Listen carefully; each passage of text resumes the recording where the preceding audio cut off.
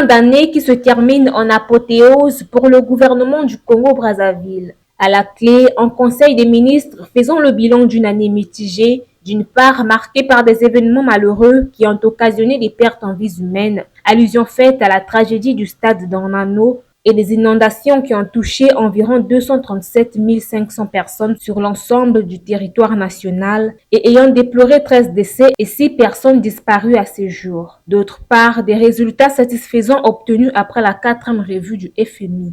Le Premier ministre, chef du gouvernement Anatole Kolini Makosso, répondant aux questions de la presse, établit le bilan de l'action gouvernementale pendant ces 12 mois. 2023 arrive à son terme avec tout ce que nous avons connu comme enjeux et défis. On va commencer par quelque chose qui nous a attristés. C'est cette situation terrible que nous avons connue avec la mort d'une trentaine de nos compatriotes, de plus d'une trentaine de nos compatriotes, à la suite de l'opération de recrutement et d'enrôlement au sein des forces armées congolaises.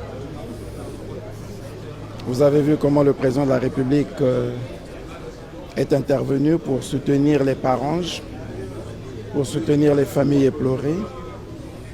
Il a trouvé les mots justes pour consoler chacun des membres des familles et comment le gouvernement s'est mobilisé pour apporter aide et assistance aux blessés et aux familles. 2023, s'il faut toujours continuer dans cette série noire, c'est un peu les compatriotes qui viennent aussi de trouver la mort à la suite des inondations que nous sommes en train de vivre un peu partout dans le pays. Au-delà de ces aspects évoqués supra, le gouvernement congolais au cours de cette année 2023 a posé les jalons des gigantesques œuvres dans les projets socio-économiques, notamment la construction de la route Ouesso-Pokola et du pont sur la rivière Sanga, dont les travaux ont été lancés par le président de la République, Denis Sassou Nguesso, en mai dernier. Nous pouvons aussi reconnaître que, oui, 2023 a été un moment de grande réalisation où des chantiers qui étaient totalement arrêtés ont presque repris. On ne va pas oublier que nous avons entrepris en 2023 les grands chantiers de réhabilitation de la route nationale numéro 2. Et que, contrairement à ce que cette route était il y a quelques années, aujourd'hui, on peut penser que la circulation est en train de redevenir relativement normale avec les travaux qui sont en train de s'y réaliser. On ne va pas oublier qu'en 2023, le président de la République a posé la pierre du pont sur la Sanga.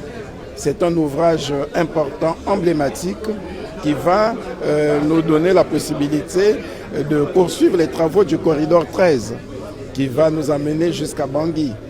On ne va pas oublier que 2023, oui, nous avons matérialisé l'engagement du Congo dans la prise de participation dans la compagnie qui doit assurer qu'il sera le développeur de la zone économique spéciale de Pointe-Noire. Voilà, et ce qui nous permet effectivement d'envisager une vraie diversification de l'économie au travers des zones économiques spéciales. Ensemble, ce sont des projets qui connaîtront leur développement en 2024, a indiqué le Premier ministre Anatole Kolini Makosso.